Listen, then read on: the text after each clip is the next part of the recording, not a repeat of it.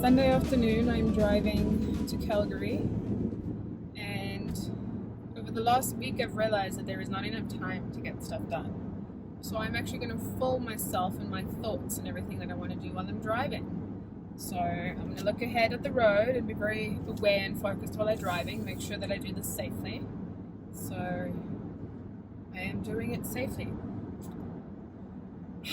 Today I wanted to talk a bit about energy and productivity. A little bit about prioritization as well, because I think energy and productivity is affected by prioritization. So I am currently running with a number of initiatives which I feel incredibly passionate about. However, when it comes down to it, the ones that take priority right now are the ones who are providing an income. So right now I have an amazing journaling course that's providing an income for me as we're running our pilot, and I look forward to promoting my administration templates for immigration as well that will hopefully bring in an income and that I can use towards the Costa and Gonzo Memorial Fund that pays for young girls' education as well as for aid in rescuing animals. So energy, where does energy come from? Where does energy go? So obviously there's the universal thought that energy can never be created or destroyed, just transferred. So we are all millions and millions of cells that are creating energy in everything that we do. And when we rest, these cells are rejuvenated through resting, and then we have more energy, hopefully, if we rest well when we wake. We also gather energy from the food that we eat. We gather energy from the people that we surround ourselves with. We gather energy from our environment. Exercise is a great way to actually gain more energy. It may deplete energy while you're doing it, but then you build up your body to become more fit and utilize energy better. So fitness isn't about your body gets more energy, it means that your body's able to use the energy that it gets more effectively. Same goes with your brain, right? If you're consuming things like Facebook or pointless TV, your brain starts to waste energy. It's not consuming it correctly. So that's why when you watch too much TV, you feel so groggy. Well, at least I know I do. So energy is also consumed by the thoughts that we think. And if those are bad thoughts, then we turn that into sort of a draining energy versus creating energy.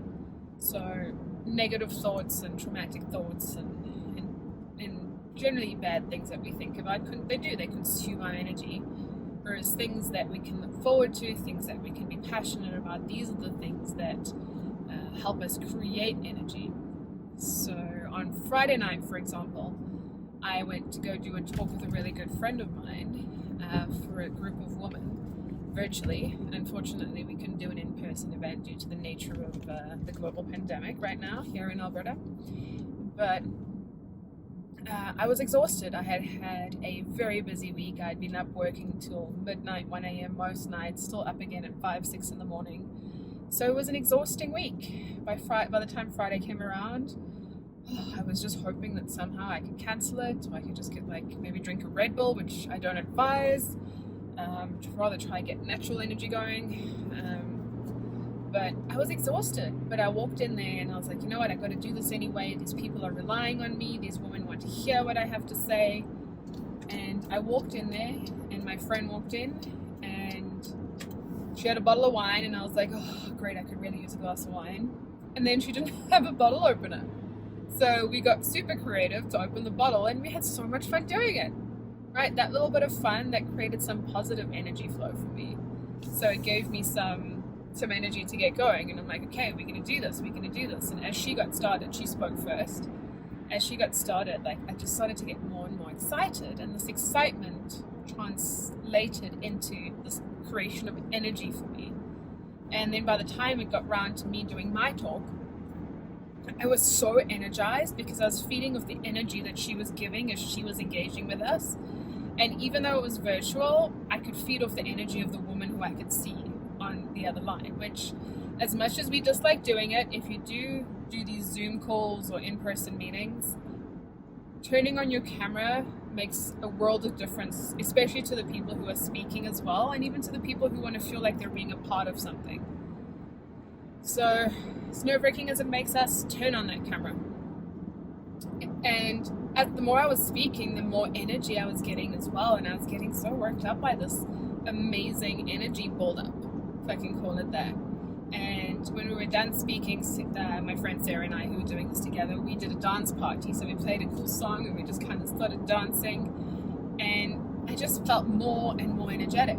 And we thanked everyone, we logged off, we gave each other a high five, and I just felt so energized, like a natural high from doing this. And we packed up and I got in my car and I kind of like sang all the way home. And even though I was exhausted and didn't feel like doing it that evening, the act of actually doing it, because it was all of this positive energy coming in, energized me to a degree where I was actually pumping it all the way home. Even though driving there, I was like, oh. It's the same with exercise, right? I don't know about you, but I remember when I was exercising very early in the mornings, I'd wake up and I'd be like, oh my god, I'm so tired. I don't want to go exercise now.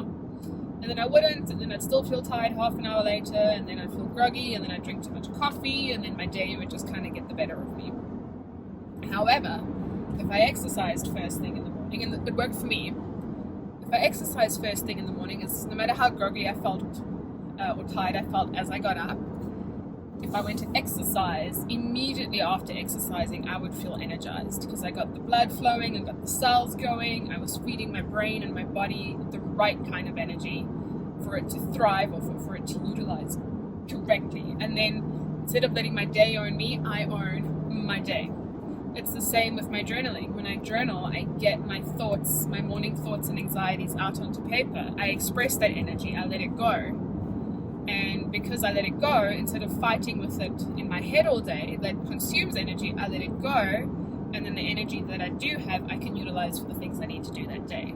So I guess what I'm saying here, what it's leading to, is actually having morning habits to create this energy, having things to look forward to that keeps you going with this energy, and then being healthy, thinking about what you eat, the information you consume, the people that you allow yourself to engage with. All of these are either energy draining or energy creating. And I'm a social introvert, which people find hard to believe because I enjoy engaging with people so much, but I enjoy engaging with small groups of people, or rather one-on-one. So what I like about that is that I get to draw the energy from them then. But if I'm in large groups of people, it's very draining for me. So that's why I say I'm a social introvert, because I do get energy from one-on-one conversations with people, but my energy is drained from massive groups of people, if that makes any sense. So you need to figure out what is your energy drainers, or what are your energy drainers, and what are your energy creators. And this comes down to prioritizing as well what you're taking in and what you're expressing out. And there's a great exercise that I read in one of the multiple books that I read about how for a week just record your day. And it's a bit frustrating and it's a bit time consuming, but it makes a world of difference when you start to recognize the patterns. So record your day, be like, I did this today, I felt tired here, I felt energized here, when I did this I felt energized, when I did that I felt low energy. And then it's funny, you look back on your days after a week and you start to recognize patterns. You're like, oh my gosh, the days I didn't exercise, I felt low energy. Or the days that I, engaged with these people, I felt great energy. Or the days that I did this with this person was very low energy. And you kind of start to pick up the patterns there, which is fascinating for me. And you also start to see shit you wasted time on. So you'll be like, oh my gosh, I spent so much time trying to figure out what to wear today, or I spent so much time just trying to choose a paint for a wall, or I spent so much time just trying to explain to someone something when I could have just done it myself. Or I recognize that I need to delegate stuff because I'm trying to get it all done and then overwhelm myself and got nothing done. So it's a matter of finding those patterns. So what am I focusing my time on? What drains my energy? What gives me energy? And then essentially, what do I then need to prioritize? So I can talk at great length about prioritization, but this is just to help you prioritize things that give you energy and things that take energy. You are going to have to do things in life that do take energy. But if you prioritize it correctly, you can structure it and can it in your day so it's not as energy draining as it was before. or you can find something that's energy creating before and then after again, so that when you're draining yourself, you've got that buffer. So anyway, those are my thoughts on energy. I need to go now, and I actually need to grab a cup of coffee, even though it's late this afternoon. I'm engaging with people. Oh, see, I said coffee and then I said hi and I'm yawning. Oh my goodness. All right, well, let me go. I gotta also focus on driving safely, make sure I'm safe, make sure I take my mask to the coffee shop, and then go for a nice walk. Walks are energy creating for me. I love walking. I also find like it makes my mind also flow better. I feel like the oxygen while I'm walking or something like soothes my mind, and I feel like I can focus better. So it's funny, if you actually last thought, if you convert some of your meetings into walking meetings, I find that they create more energy in a meeting, because let's face it, a lot of us who do meetings, especially corporate meetings, they are very draining. But I find if you replace them with walking meetings, if you can, if no one has to present anything or write anything down, I find walking meetings are quite amazing. So on that note, this is me signing off for this video. I've already 11 minutes in, so I'm going to try to do 10-minute videos on my thoughts and my thinking, and let's see where this goes. So just make sure you subscribe to my channel, and let me know if there's anything specific that you'd like me to address or to talk about as we keep going. I look forward to hearing from you, and thank you for watching. May you all have a beautiful week ahead.